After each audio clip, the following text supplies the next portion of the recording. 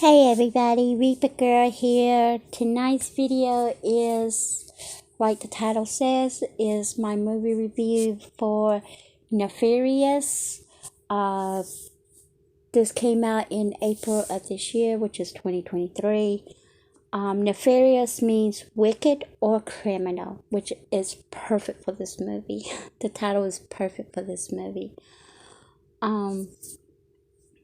It stars with Sean Patrick Flannery, who plays Edward Wayne Brady / Nefarious, and also Jordan Belfi, who plays Dr. James Martin. The reason I say slash is because Sean Patrick Flannery plays two characters. Sean Patrick Flannery also played Powder in the movie Powder. If you haven't seen that, that is a great movie. It's a boohoo movie, and I don't like boohoo movies, but that is a great movie. Also stars Jeff Goldblum. Jordan Belfi plays Maddie in Don't Look at the Demon. I have not seen that movie yet. If you want me to watch that movie, I'll watch that movie and do a review on it if I think it's good. And sorry if you hear my neighbors outside. My window's open. There's a thing about this movie. It is a horror movie. And yet it is a a Christian horror movie. I know a lot of my viewers are not Christians or have Christian faith or views. Please hear me out. This is not your typical Christian movie, okay? The people who made this movie is the same ones who did God's Not Dead franchise. It is not your pretty wrapped up in a bow, gumdrops, and rainbows ending type of movie. This movie is not like that. It will shock you knowing that this is a Christian movie if you go watch it. And my opinion, go watch this movie. This movie is awesome. Even if you are an atheist, go watch this movie. It is disturbing. It is creepy. And no, it's not gory. But there is a very disturbing scene at the end, and I will talk about it. I am going to spoil this movie. If you don't want this movie spoiled, go watch it. Stop watching this video, go watch it yourself, or go watch another one of my videos, or wait till I do another video. This movie is awesome. Okay, it is such a great horror movie. This is how you do horror movie right, people, and be disturbing. I'm not joking, and I'm not saying that because I am a Christian. I am saying this as a horror fan. But I'm about to spoil this whole movie, so get ready. Okay, Dr. James Martin goes see Edward Wayne Brady, who is this convicted serial killer. He is about to get executed. He is there to interview Edward to see if he is mentally stable to be executed or if he is criminally insane. If he's criminally insane, they will not execute him. So he is there to interview him and get his perspective, his views, his opinions to see, yes, execute this man or no, because he is criminally insane.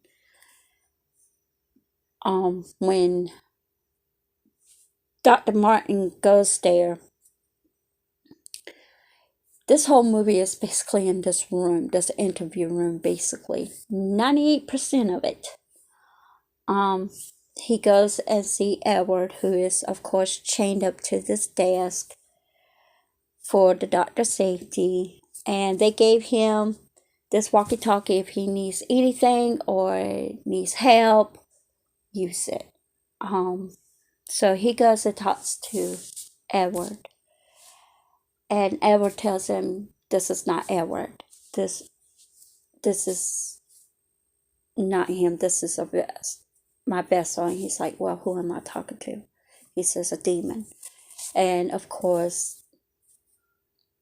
Dr. Martin don't believe in that. And he's like, what is your name? He says, it is hard to pronounce my name in English. The best way I can pronounce it for you to understand it is Nefarious. And he's like, Nefarious is not a name.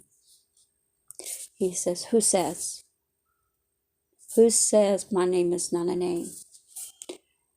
He says, if you call somebody by something, that is their name. I was like, oh, great, we're getting deep into this already. This is already starting. He's already talking to this demon. So Dr. Martin do not believe that Edward is possessed. He's talking to, basically, Dr. Martin was being cordial to Edward / Nefarious. Right now, I am calling him Nefarious at this moment. And he's like, do you know why I'm here? He says, yes. You're here to see if if Edward is able to be executed or not. And he says, well, does Edward wants to be executed? And he says, no. And he's like, so you doing this so I could convince the warden not to execute you. And he's like, no, I am wanting you to have Edward sane. I was like, what? And Dr. Martin's like, you wanted to be executed. He says, no. He says, I cannot die. And he's like, what do you mean you cannot die? He says, I'm a demon. I cannot die. He says, this vessel can die. I cannot die. And he says, so why do you want to kill your vessel? If you need this vessel, why? You need to possess somebody. Why do you want Edward to die? He says, because he is useless to us now. He did what we wanted him to do, even though he hated it. He was nauseous knowing what we was making him do.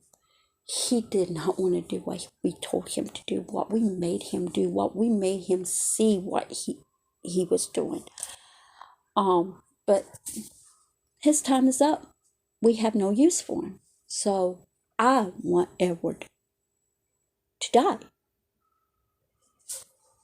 And I'm not going on everything that they talk about because this dialogue, it was so amazing.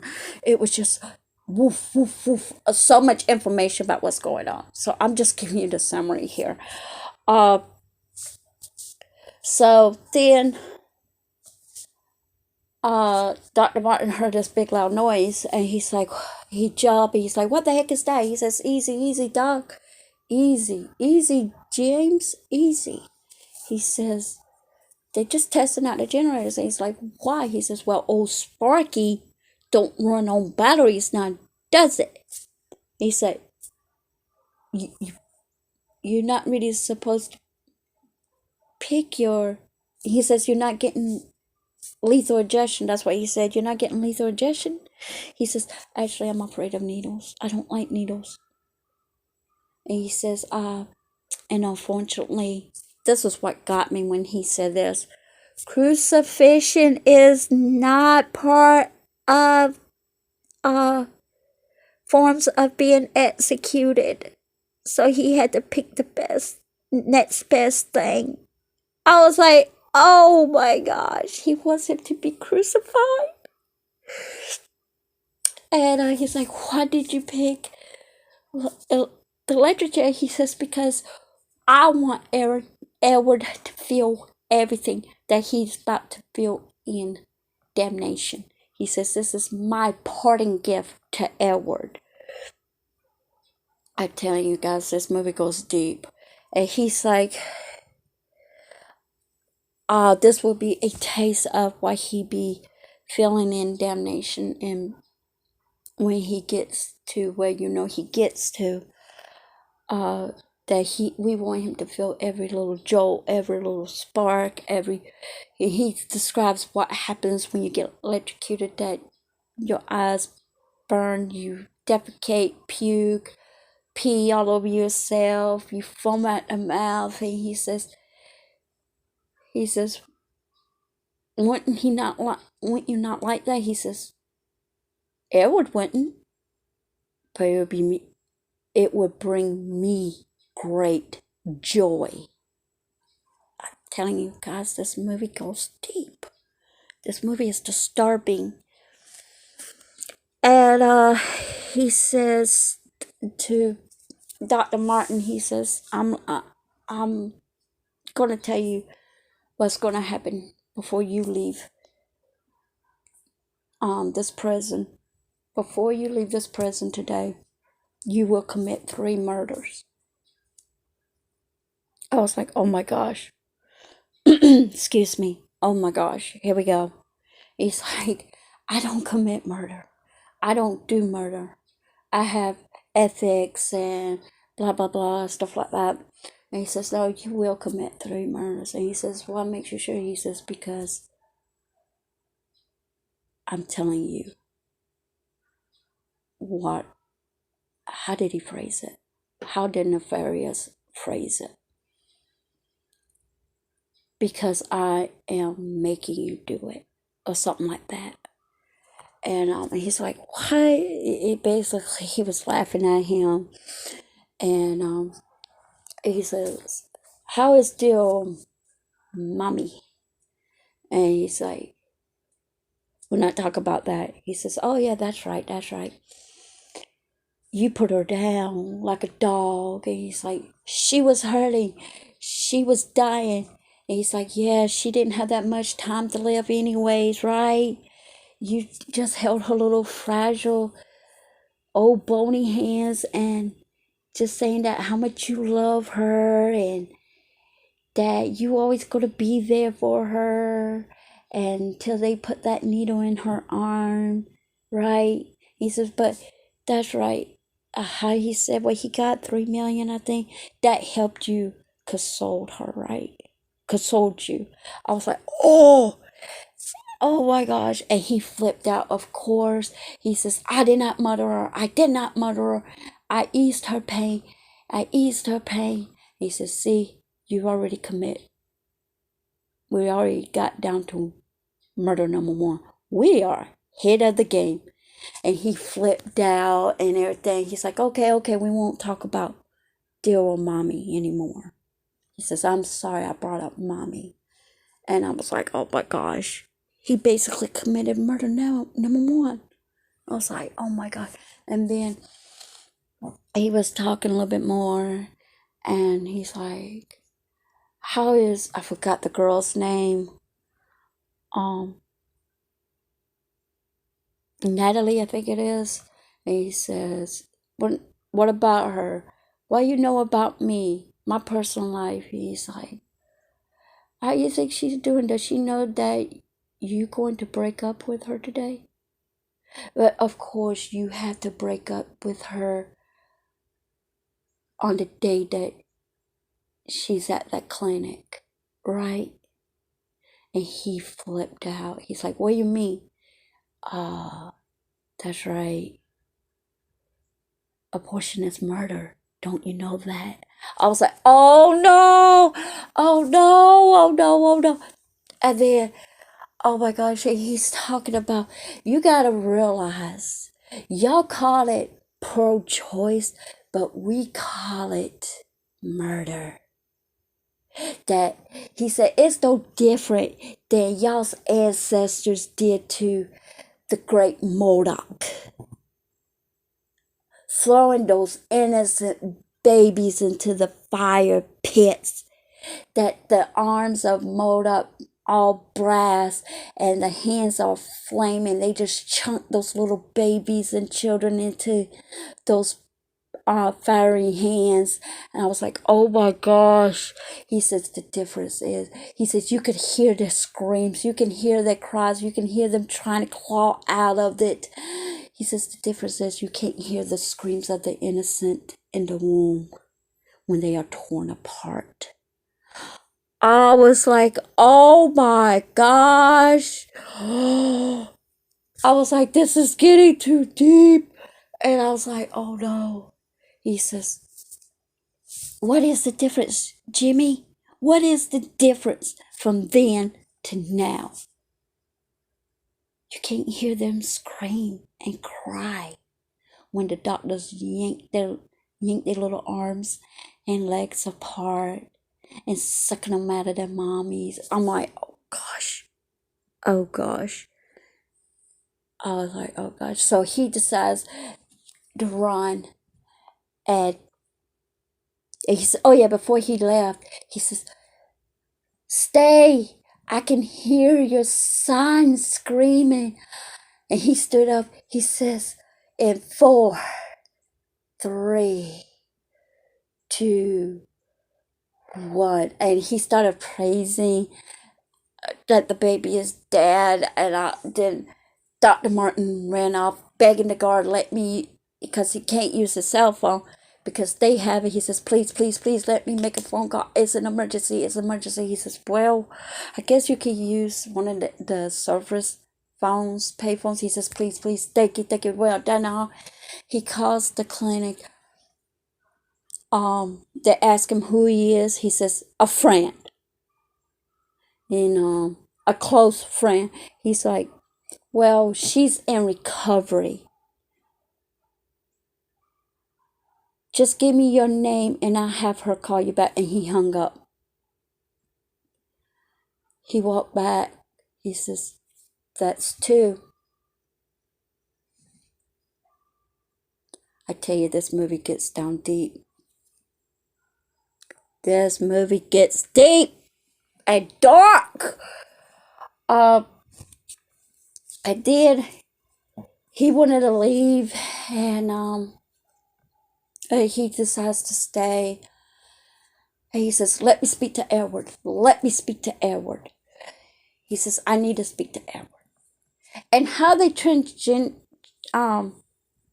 focus on from Edward talking to Nefarious is beautifully done. It's not like you see in the typical possession horror movie, cracking and face morphing. No, he looks the same, from serious to weeping and crying and everything. And he talks to Edward. He says, "Is this Edward?" He shook his head, yes. And he has a bass stutter. And he says, "I'm sorry. I'm sorry what he's telling you." And he says, did you commit these murders? He says, no, I did not commit these murders. He says, well, your DNA, your fingerprints, everything. He says, it was my body, but it was not me. He says, I was seeing everything. I did not want to do none of this. He says, I'm not supposed to talk about this. And he says, why? He said, because he will get mad. Who's he? He says, I'm not supposed to say his name. He does not like when I tell people his name. I try to tell everybody. They did not listen. And he said, are you talking about Nefarious? And he just shook his head. And he says, I did not want to do none of these things. I did not do none of these things. He says, he did it. He did it. He did it. But nobody wants to listen to me. And he was stuttering while he was talking. And then Nefarious showed up. He says, all right, Doc. That's enough. You're getting poor Edward riled up. He says, I'm only supposed to do that or something like that.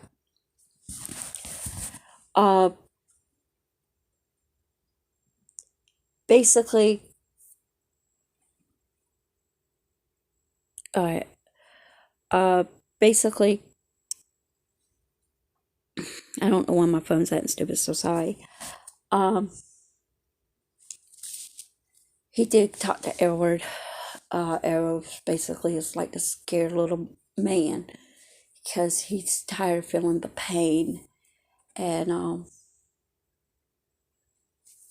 being tortured from the inside and out. And and the doctor asked Nefarious, is there a hell? And he says, is hell a state of mind or is actually a physical place? He said, yes. He says, what do you mean? He says, I'm asking which it is. He says, it's both.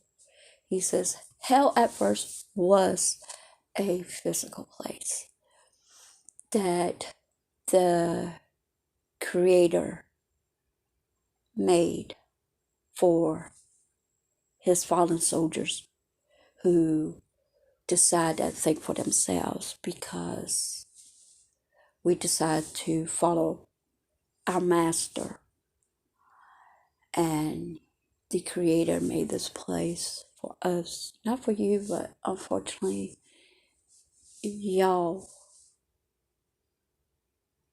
He said, fortunately y'all are coming, and it's a very big place, and it's always room for y'all. And he said, but also hell can be a state of mind. He said, look at poor Edward. You think what's coming up going in here, which he points at, is heaven? Nah, Edward is living in hell. So yes, it's basically both. And he says, the Creator, are you talking about God? He says, yes. He says, the Creator is the enemy. He says, y'all call him that, we call him the enemy. He says, so is the carpenter. He says, we were not enough for him. We were his greatest things that he created. We were beautiful, we were powerful, but no, he had to create something that he loved even more. Y'all. So because he loves y'all more than us, the master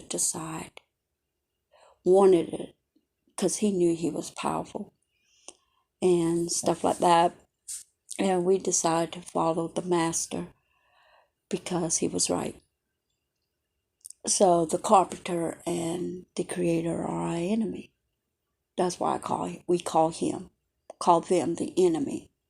So you get what the Christian point of view is, but it's not like totally in your face. But they give out scriptures here. It's throughout this whole movie, and it's so smoothly done. So basically,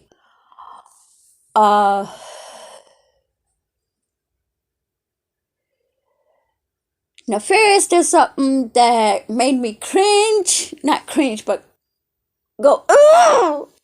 Because he broke Edward's pinky finger. He broke it. And he told the doctor was about to call the medic, and he says, don't you dare, because if they call the medic, that means our interview is over. And we will not be able to speak again. And he says, don't worry, I got this. And he popped it right back in, like nothing happened. He says, see, I'm all good. It's all good. He says, you're sweating. He says, because Edward can feel the pain, I feel the joy. I was like, this is bonkers. This movie it's so creepy.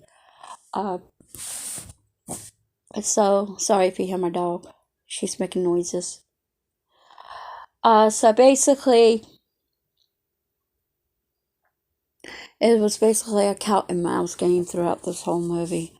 And unfortunately, the doctor was the mouse. Nefarious was the cat, and so was Edward. Edward was the mouse.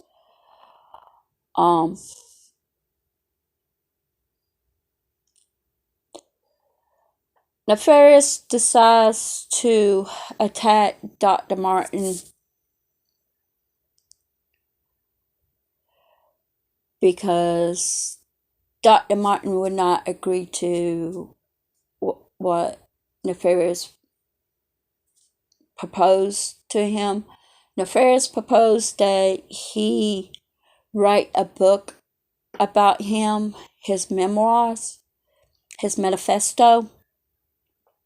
He says, I'm not a writer, I'm just a plain old psychiatrist. So he says, don't worry, it's already been written.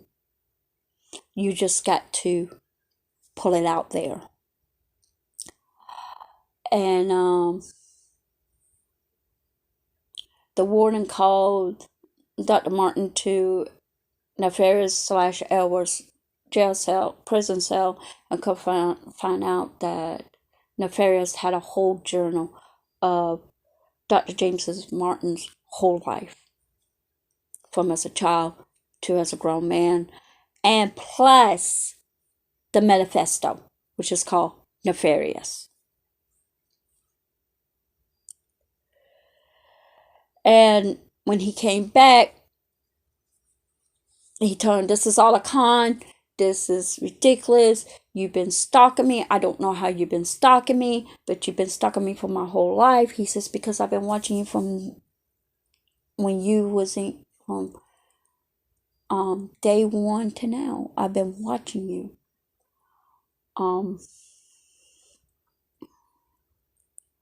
He said, so I documented it. And so Nefarious decides to choke Dr. Martin with his chain, and they let him go. He got away, and of course he signed the, yes, you can execute this man. And of course Dr. Martin did not agree to doing the book, because how Nefarious said that he wanted Dr. Martin to be, the manifesto is what they would call the great dark gospel, and that's how he put it, the dark gospel. He says, because this would tell people how they can live their life freely, all free will and nearly, that they don't need God, they could be their own gods, that there will be no consequences, because they'll be sending more souls into hell. And that's why his master wants more souls. And he wants Dr. Martin basically be the guide to go to hell, basically. The tour guide, basically. This book will help. And then, because he wants Dr. Martin to be how you put it, a dark apostle. Like, because the carpenter had his own apostles. He would be a great dark apostle to the master and to Nefarious. So he didn't agree. So he signed the paperwork for him to be executed, for Edward to be executed. And the guard asked Edward what was his last meal. He wanted a double bacon. That's what I'm talking about, because it's kind of sad. A double bacon cheeseburger, of fries, and a thick chocolate shake. And he begged him, please don't screw it up. Please, this will make him happy having this. Please don't screw it up. And then suddenly, when the guard was about to walk away, Nefarious showed up and told him, never mind, he's not hungry. Basically another kick to Edwards in the butt, basically. Nefarious wanted Dr. Martin to watch Edward to get fried, and he agreed. And before they strapped him in, they showed him strapping in, before they could actually buckle him in, poor Edward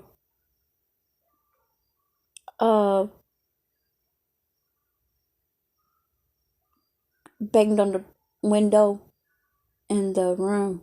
He says, I did not do this. I did not control my body. He did this. He did all the murders. I am innocent. I'm an innocent man. and he was in tears.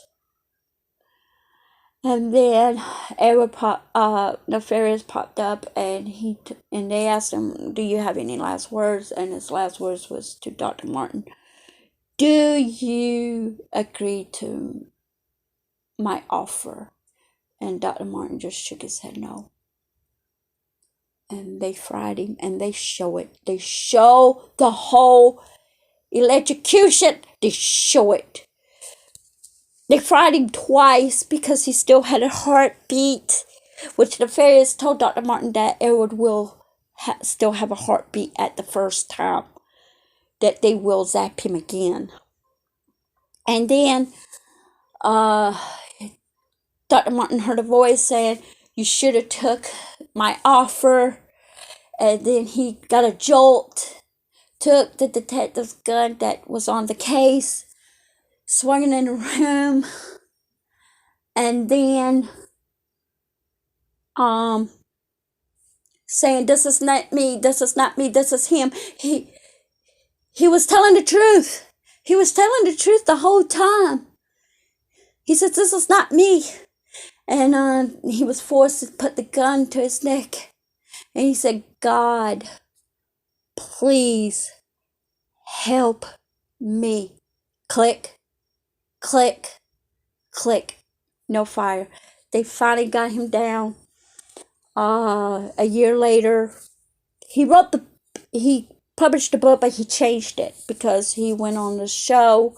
I'm not going to tell you who because a lot of people will have a fit. He went on this the show, and it's like, the interviewer's like, you said that you did not believe in demons, you did not believe in God, you did not believe in hell. And he said, "What about now?" He says, "I don't know." He says, "All I know is this. What I saw was real. I did not believe Edward was possessed by Nefarious at first, but now, a year later, I do." He says, because they tested the gun, it showed that it fired 3 times. The bullets were still in the gun. They shot it again. The bullets fired with no problem. He says, "I do not know how that happened. They don't know how it happened." He says, "But you wrote the book." He says, "Let me get this straight. I did publish the book, but I changed it because from the original title was Nefarious. He changed the title to The Nefarious Project." He says, "I wrote this book as a warning to everybody. Do not listen to him. If he is still out there, do not listen to him. Do not listen to anybody that has the same ideology as he did. Do not listen. It will put you down in a very bad place and a bad path. Do not listen. This is a book of warning." So he walked off.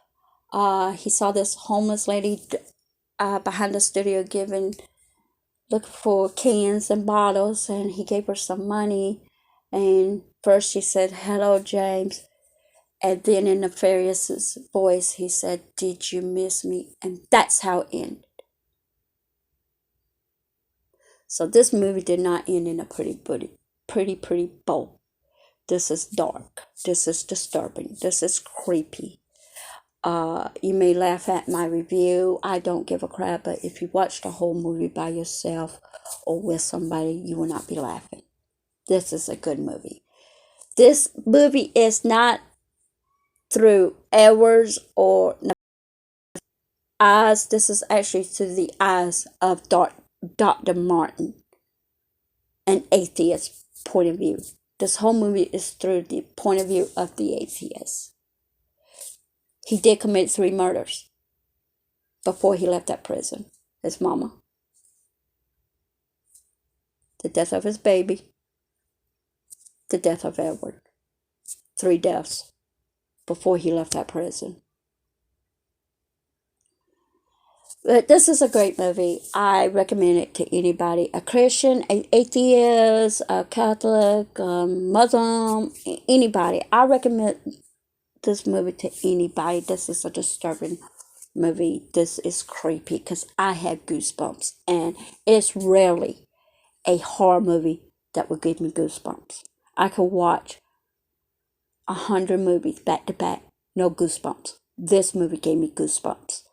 This movie is creepy. This movie is dark. They did this movie great.